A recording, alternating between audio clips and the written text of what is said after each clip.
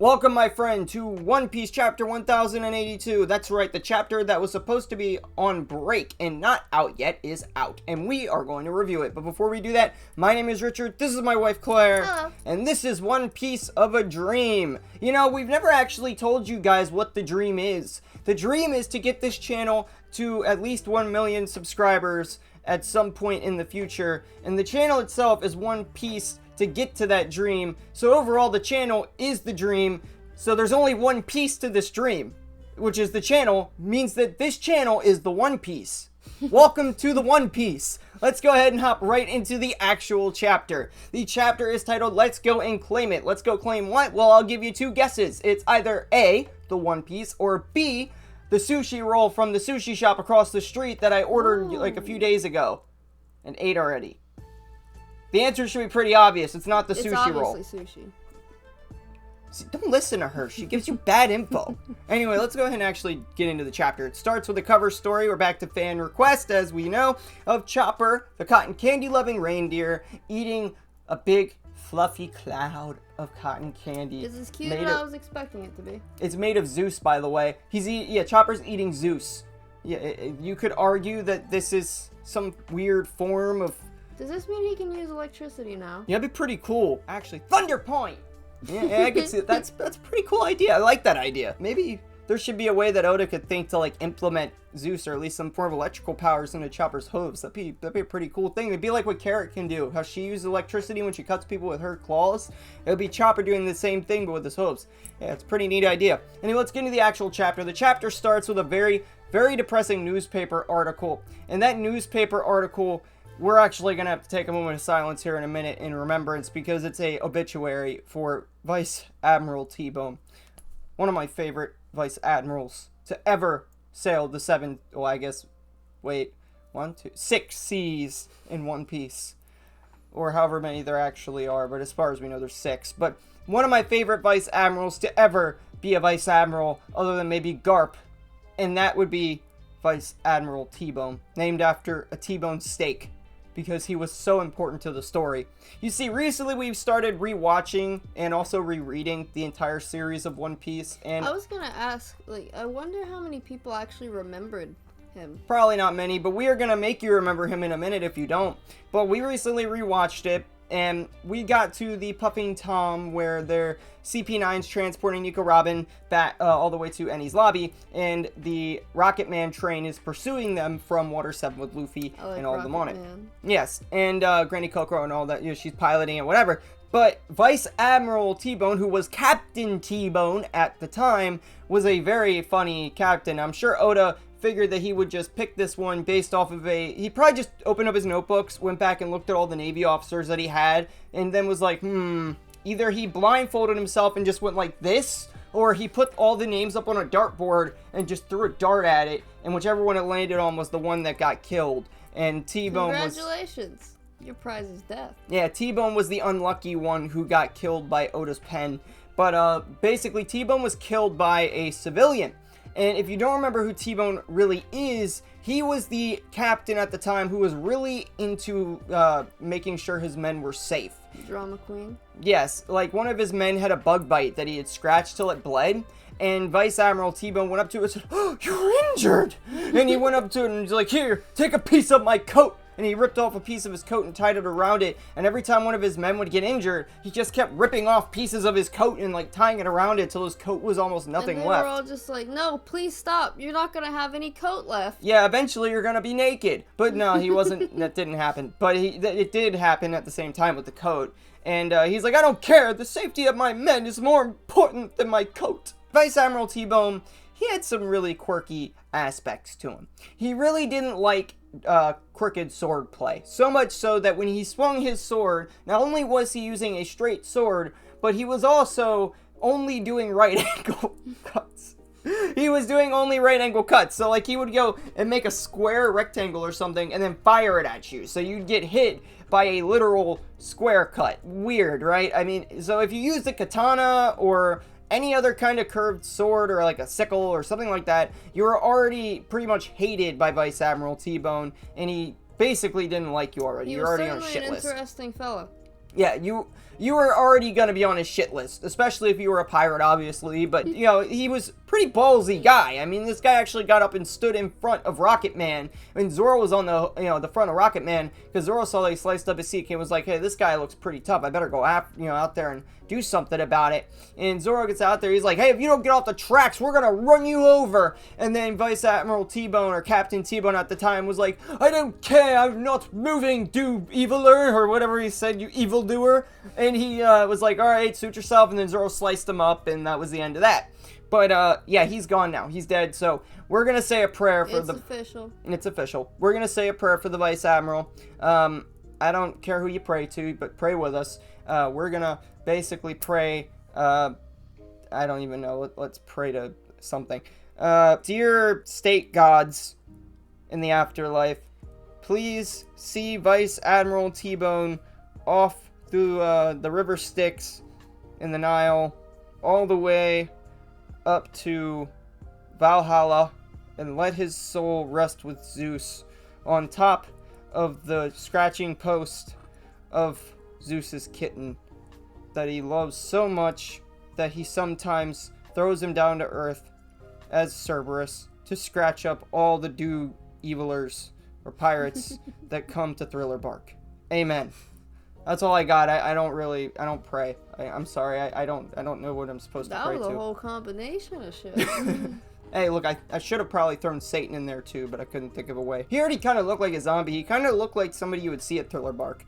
Anyway, enough about T-Bone. He's dead. End of story. Some guy at a starving island killed him. According to Osuru, who's having a conversation in the Navy cafeteria with Sengoku, some guy that was from the starving, poor, poverty-stricken nation is actually the one that killed him. And he killed him probably so he could feed his family because, as you guys already know, Cross Guild has put bounties on Marines, and Vice Admirals probably have a pretty hefty bounty. If you recall, Kobe just has the hero title and he's a captain. Captains are normally 1 star. His bounty was 5 stars. So it's probably likely that a Vice Admiral would still be worth more than Kobe, at least I guess. I mean, he could have just been 3. More than a captain. Yeah, I mean, if it goes up by like a star each time, which I highly doubt that's how it works, but if it did, you would have Captain, then you would have Rear Admiral, I think, then Vice Admiral, so it would only be 3 stars. I don't think, I might be wrong, I'm sorry, I don't remember the Navy hierarchy that well. It could be anywhere between 1 and 5 stars. I doubt it's 5 stars. Yeah, I don't know, it could be more than that, it could be like 8 stars, I don't know. I don't know. It doesn't matter, okay, it doesn't, I mean, Vice Admiral's like the 2nd highest under Supreme and then Fleet.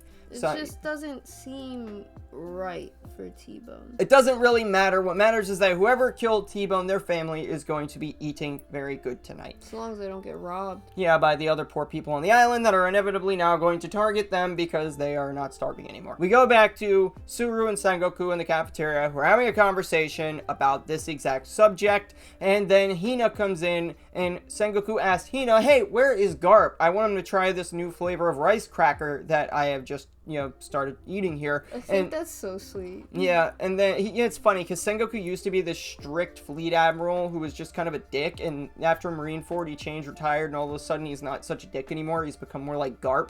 But long story short, Hina responds to Sengoku and says that he went to Hachinosu and likely has Kujaku and sword with him, and Sengoku and Suru are just like, what?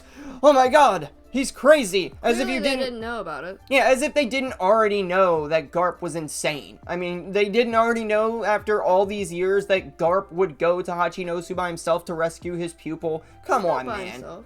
Well, he might as well be. What did he bring? A rear admiral, which probably won't help against an emperor. And Kobe's only a captain. Hibari, she's a sniper enough. I don't remember what her actual, I don't remember what her actual ranking is. But he didn't bring too many high-ranking officials. It's not like he brought another admiral or Sengoku or something with him. I don't know why he didn't bring Sengoku. I'm sure he could have talked him into it at this point. They're still breaking heads right now. Yeah, I mean, maybe Sengoku would have said no, but I mean, it would have been the best person to bring, because think of it this way, if Garp and Sengoku went together to Hachinosu, Blackbeard would be screwed, man. Blackbeard wouldn't have a chance. The Buddha and the monkey coming all at once to crack down on your island, you are just fisted. That's right. Right in the never mind. But let's move on. So they had this conversation, whatever, and then we cut from this conversation between them about how Cross Guild has become a rising threat. Now they got to look over their shoulders, yada yada yada. You know, typical things that happen when Marines finally get bounties on their head, and they finally get to see how it feels when, you know, they do this to pirates. And we cut over to Cross Guild's home base. And at the home base, we see Buggy talking with the man who had killed Vice Admiral T-Bone, and Vice Admiral T-Bone's assailant says that his family has already received the money from the killing of T-Bone. And let's be real, the way that Vice Admiral T-Bone was, he was probably just like, you know, I doubt this old man could have actually legitimately... It's kind of surprising looking at this guy, and this is the guy that killed him? Yeah, I kind of doubt that this old man actually did kill him legitimately. I bet that what happened was Vice Admiral T-Bone was probably just like... I can feed your family, then you can have my head, good sir. I will do whatever it takes to help a citizen in need. You could even have my coat. Probably what happened. But basically, he's talking to Buggy now about how he is worried, though, that he's going to be targeted by the Navy. And Buggy tells him, don't worry, I'll protect you. And then Buggy's like, you're a pirate now. And he's like, what? And then, yeah, and the people that are surrounding Buggy's little cronies are just like, hey, don't worry, this is Captain Buggy. He's better than any pirate out there. Except for maybe the other 4 emperors, or 3 emperors. But, hey, most of the other pirates ain't even worth licking his boot. So basically... His one boot? Yeah, well, it could be one. He can remove a foot. But, yeah, whatever. Okay, so basically they tell him, you'll be fine, whatever. You're a member of the Cross Guild now. Cool. But then we cut over to Buggy talking to the shipwrights he had preparing the ship for the crew, and... It's a work of art. It's a work of art.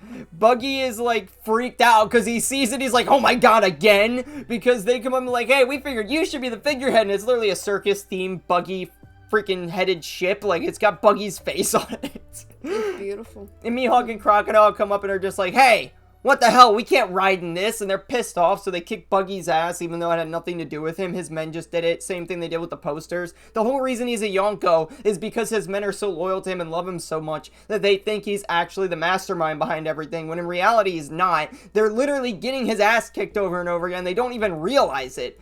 But yeah, long story short, Buggy, his ship... Well, I guess it is kind of his ship because it's modeled after him, but the ship is quite literally Buggy themed. And now Mihawk and Crocodile have to sail around on a Buggy themed ship because apparently Buggy is now their actual captain. And this only helps affirm the theory. He's at least their mascot. Yeah, at least their mascot. But basically, Buggy's head is hanging from a hook in one of the rooms in the back while Crocodile and Mihawk are sitting at a table and they're discussing plans. Crocodile wants to amass money and power. He wants to build his stupid utopian nation. And Mihawk is just, you know, sitting there saying, yeah, we need more money, whatever. But then Buggy's like, hey, this is stupid. This isn't what real pirates do. He was just like, in his head, he's thinking that. But he's just like, you know, he speaks up to Crocodile and Mihawk. He's just like, hey, I know you guys are probably going to kick my ass again or probably kill me for this. But, you know, real pirates, they don't build utopias and stuff. They go out and they get treasure, basically. What was the reason you guys set out to be a pirate in the first place? And they're just like, shut up. But then he decides, you know, I'm going to say some things that'll get the men fired up. So Buggy literally just goes and gets in front of a microphone. And I think was it Mihawk or Crocodile that put their foot on his head? I think it was Crocodile who puts his foot down on his head and just stops him. We have a flashback right before this back to when Buggy and Shanks were talking about going to become pirates, and Shanks was like, hey, I'm not going after the One Piece yet, and Buggy was pissed off, and he thought that Shanks would be the next king of the pirates, and then Shanks asked Buggy to sail with him, and then Buggy's like, no, you idiot, I won't work under you, whatever. It's just the same flashback, we've kind of already seen it, but Buggy actually... Yeah, not exactly, because Buggy actually liked Shanks enough to actually ask him to be, you know, not ask him, but want him to be the king of the pirates, and Shanks just disappointed him, I suppose, and that's why we actually learned that Buggy's true dream was to find the One Piece and be the pirate king, but he gave it up because he saw how strong Shanks was, which is crazy, because Shanks was a kid. He saw more potential in Shanks. Yeah, he saw that Shanks was overwhelmingly full of potential and strength, and that he just gave up on his ambitions then and there, because there's no way that Buggy could compete with Shanks. But basically, Buggy gets up and gives a speech to the men saying, hey, why did you set out to sea? And then they're just like, huh? And then basically Crocodile's trying to stop him. It's not getting anywhere because Buggy runs his mouth anyway and fires up the men saying, let's go after the One Piece. Let's go and claim it. Because he explains to Mihawk and Crocodile too that this isn't, because Mihawk's like, you want us to fight Straw Hat, Blackbeard, and Shanks all under your order? Like, we listen to you. Since when do we answer to you? We only let you keep the title because we let you keep it because it keeps the government off of our backs, and you're lucky you get to do that. We can kill you at any time. But Buggy's just like, hey, I'm gonna do it anyway because I'm ballsy. I want to be Pirate King. That's what he told me. And then Mihawk's like, you don't even have a plan. But Buggy's like, well, I'm gonna do it anyway. So he goes out there, he tells his men, let's go find the One Piece. And obviously, because they're so loyal to Buggy, they all back him up and just go, Buggy! Basically. Well, they didn't exactly do that. But long story short... Just cheering and general positivity. General positivity. But long story short, Buggy, he has got his men riled up, and now I guess they're going to be pursuing the One Piece. So this whole concept now is that all 4 emperors are now pursuing the One Piece. It has now become a race to Laugh Tale, which is Oda signifying that the story will be ending as swiftly as possible. The race has truly begun, because we were in a marathon before, now we're in a foot race and we're actually booking it to Laugh Tale. Somebody's gonna get there first. Who is it gonna be? It's probably gonna be Buggy, let's be real, because Buggy, he will fall his way there. He will probably just go up in like the sky somehow, like a bird will grab his head and he'll be headless off his body, and his body will probably just get drug along or dropped in the ocean, but his head will be flying away, and he'll probably just get dropped off somewhere and just land on Laugh Tale and just be on top of the One Piece as a headless Buggy. If that happens, Oda, oh my god, I will... That's peak fiction right there. Anyway, we cut from here over to Kamabaka Queendom, where we see the Revolutionary Army's vice commanders, and basically they're a bunch of people. There's a girl, an egg, I don't know what the other 2 things are. I guess a cow. I think that one's a cow. Yeah, a cow. Kind of cow hybrid. Yeah, and then some other thing. I don't really know what it is. But their names are Ushiano, Ahiru, Gyamble, and Jiran. And Ushiano is Morley's subordinate, Ahiru is Belobetti's subordinate, Gyamble is Lindbergh's subordinate, and Jiran is Kurasu's subordinate. So that's who they are. And they're all Revolutionary Army vice captains. So they're talking about how they're betting 1,000,000 berries that the person that just arrived in the ship and is going to get off it is Sabo. And lo and behold, it's an enemy. Or an enemy. But lo and behold, it's Sabo. And the guy who tried to bet against it, I don't remember who was betting what here. I'd have to go back and look. But he lost the bet. It doesn't really matter. That's just minor stuff. The point is that Sabo is here. Sabo is now returned, and he is walking up to Dragon and Ivankov, and Ivankov's like, oh, I'm so glad you're safe and home. And, like, Sabo has a very serious look on his face. He is very upset about something, it looks like. And he goes and he says to them, like, look, I'll explain later. Please help these guys from Lelucia. Yeah, and they also bring up the fact that Sabo is aware Lelucia was destroyed, and the reason that he couldn't contact them was because he couldn't get an encrypted transponder snail, but he did try to do the 3-tap thing, apparently, whatever that is, to signify he was okay. But what are you oohing about? The girl here that came with Sabo. Oh, yeah, the milk girl who grabbed Belobetti's boobs. Oh, man, that's such a nice scene where she's just rumming up on him. She was from the Ace story.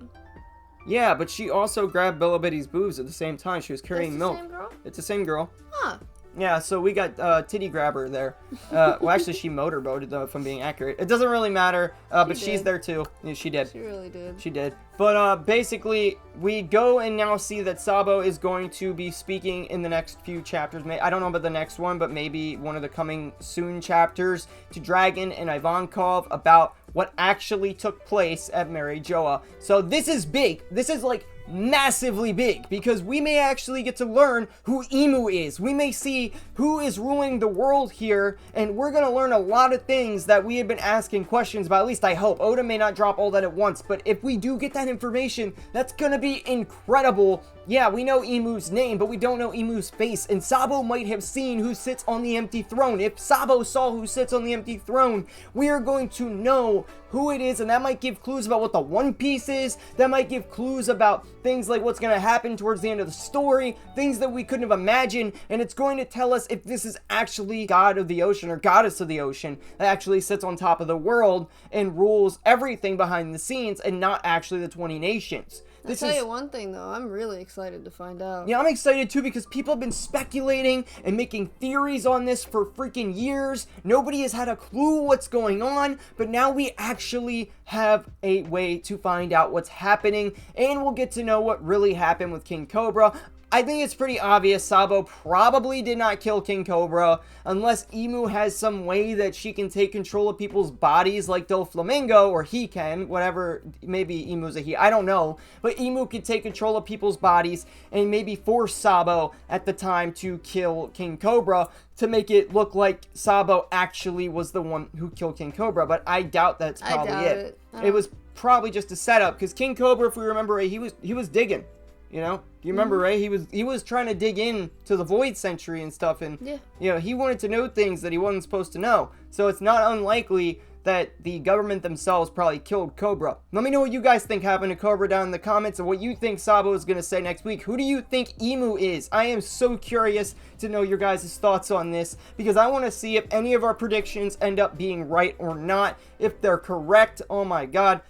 Because I honestly, I don't even know. I think Emu is probably the god of the earth, and that Luffy is going to end up having to or the god of the sea, and end up having to beat the god of the sea in order to put the world back straight and lower the water so that there's more land again, because the world's a full ocean world. Yeah, there's islands and stuff, but it's like the world has been taken over by the sea to the point that it's almost ridiculous. Like, there's just not enough land to really matter other than the islands. There's no continents, though. I mean, you could try to say the Red Line's sort of a continent, but really it's not. And I'm sure at one point, probably in the Void Century, there might have been like other continents on the planet. So there's a possibility that Emu could be responsible for this. Emu may be even the reason why Shandora got sent up to Sky Island. Emu could be the one that started the knock-up stream or something like that, and used their powers to do this because of Void Century related things. Who knows? We'll see. I'm very excited to find out. But anyway, that's all there is to this chapter. If you enjoyed this video, maybe check out this other video popping up on screen right about now. That's all we got for you guys today. Peace. Bye.